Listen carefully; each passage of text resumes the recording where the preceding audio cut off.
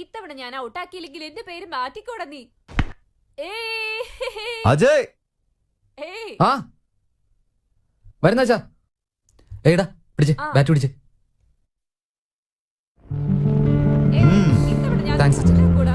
എന്നോടൊന്നും പറയണ്ടെന്നല്ലേ പറഞ്ഞോ. അക്കാര്യം എങ്ങനെ പറഞ്ഞു തുടങ്ങണ്ടെന്ന് എനിക്കറിയില്ല അച്ഛാ. ഞാൻ പറയട്ടെ, നീ ഒരു പെണ്ണിനെ സ്നേഹിക്കുന്നു. ശരിയാച്ചാ. ആ പെണ്ണിനെ തന്നെ കല്യാണം കഴിക്കണമെന്ന് ആഗ്രഹിക്കുന്നു. വീണ്ടും കറക്റ്റ് ആണല്ലോ. നീ പ്രേമിക്കുന്ന ആ പെണ്ണിന്റെ പേര് അഞ്ജലി, റൈറ്റ്? അച്ഛനെ സമ്മതിച്ചു തന്നിരിക്കുന്നു.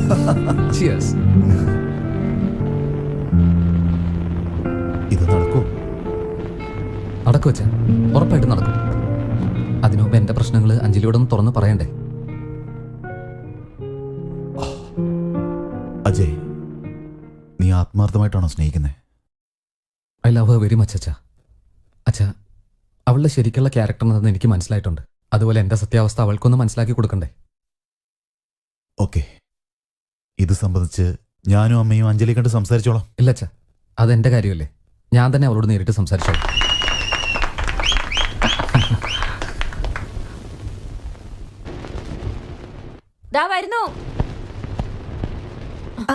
അഞ്ജലിയില്ലേ? അഞ്ജലി അവള് മേലുണ്ട്. Thank U.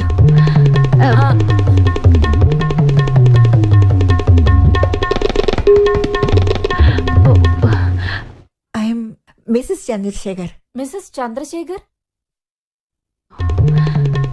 ഓ, doctor Mrs Chandrasekhar. Anjali, Anjali. Aunty, എന്താ ഇവിടെ? നിന്നോടൊന്ന് സംസാരിക്കണം. ഷുവർ ആന്റി, പറയ് ആന്റി, എന്തു പറ്റി? അജയ് നിന്നെ കാണാൻ വരുന്നുണ്ട്. അവന്റെ ഹെൽത്തിനെ പറ്റി പറയാൻ വേണ്ടിട്ടാ. എന്റെ പേടി നീ അജയോട് എന്ത് പറയുന്നാണ്. ഞാൻ ഓൾറെഡി പറഞ്ഞില്ലേ ആന്റി, ഞാൻ അജയെ ആത്മാർത്ഥമായി സ്നേഹിക്കാം. അവനെ കല്യാണം കഴിച്ചിട്ട് അവസാന കാലം വരെ ജീവിക്കണമെന്ന് ആഗ്രഹിക്കാം.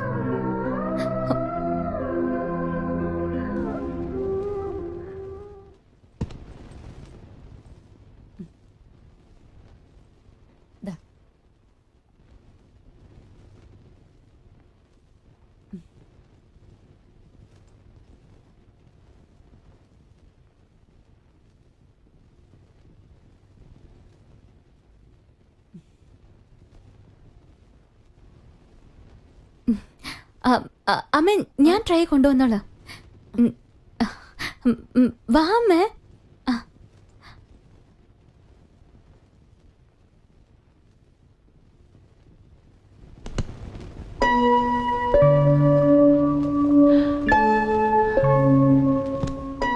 നിനക്ക് ഒരു രോഗവും ഇല്ലെന്ന് അജയ് അറിഞ്ഞാൽ എന്താവും കാര്യം? ആന്റി, ഞാൻ അജയോട് എല്ലാ സത്യങ്ങളും പറയാൻ പോവാ. അതിനുശേഷം എന്ത് നടക്കുന്നോ അതെന്റെ വിധിയാ. അത് ഞാൻ സ്വീകരിക്കും. അവന്റെ നല്ല മനസ്സിനെ ഇനിയും വേദനിപ്പിക്കാൻ എനിക്ക് കഴിയില്ല. നീ അജയനെ സ്നേഹിക്കുന്നു എന്നല്ലേ പറഞ്ഞത്? അതെ, ജീവന് തുല്യം. അതോർത്തിട്ടാ എനിക്ക് പേടി. നീ ഏതൊരു പന്തയത്തിൽ ജയിക്കാൻ വേണ്ടിയല്ലേ നിനക്ക് ഈ അസുഖം ഉണ്ടെന്ന് അവനോട് പറഞ്ഞത്. അത് പിന്നെ സ്നേഹമായിട്ട് മാറി. എന്നാൽ എൻ്റെ മോൻ്റെ ജീവിതത്തിൽ അവൻ്റെ ആദ്യ സ്നേഹവും ഇതാണ്, അവസാന സ്നേഹവും ഇതാണ്.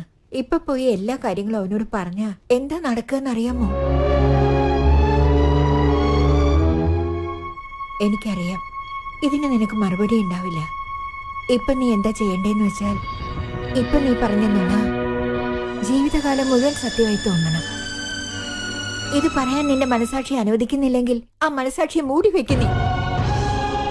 എന്റെ മകൻ ഇനിയും കുറച്ചു നാൾ കൂടി ജീവനോടെ ഇരിക്കണമെന്ന് വിചാരിക്കുന്നെങ്കിൽ ഇപ്പൊ നീ പറയുന്ന നുണ തന്നെയായിരിക്കണം. ഓരോരോ നിമിഷവും ഓരോരോ ദിവസവും നിന്റെ ജീവിതമായിരിക്കേണ്ടത്.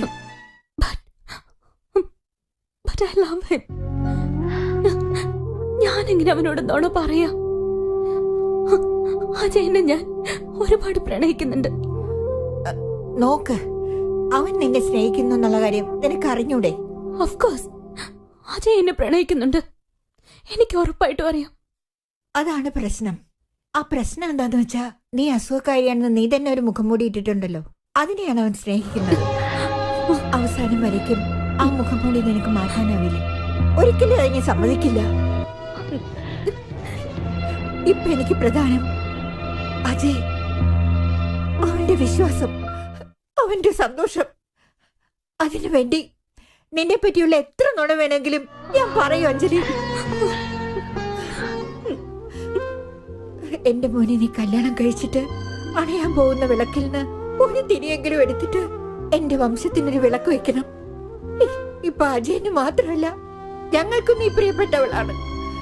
നീ വേണം അഞ്ജലി. ഒരു പക്ഷേ എന്റെ ജീവിതത്തിൽ ഞാൻ അവസാനമായി പറഞ്ഞ സത്യം ഇതായിരിക്കും.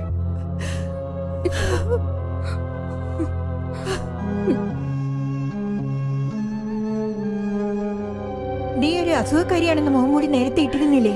അതിനെയാണ് അവൻ സ്നേഹിക്കുന്നത്. അവസാനം വരെയും ആ മുഖംമൂടി നീ അഴിക്കാനേ പാടില്ല. അത് ഞാൻ ഒരു കാലം അനുവദിക്കുകയില്ല.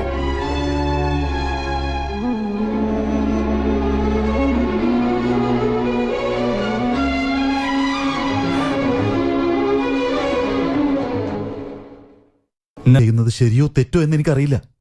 നമ്മൾ ചെയ്യുന്നത് ശരി തന്നെയാണ്. പയ്യന്റെ വീട്ടുകാരാണ് പെണ്ണിന്റെ വീട്ടിൽ പോയി സംസാരിക്കേണ്ടത്. ഞാൻ അതിനെപ്പറ്റിയല്ല പറയുന്നത്. നമ്മുടെ മോന്റെ സന്തോഷത്തിനു വേണ്ടി ഒരു പാവ പെണ്ണിന്റെ ജീവിതം വെച്ച് കളിക്കുന്നത് ശരിയാണോ?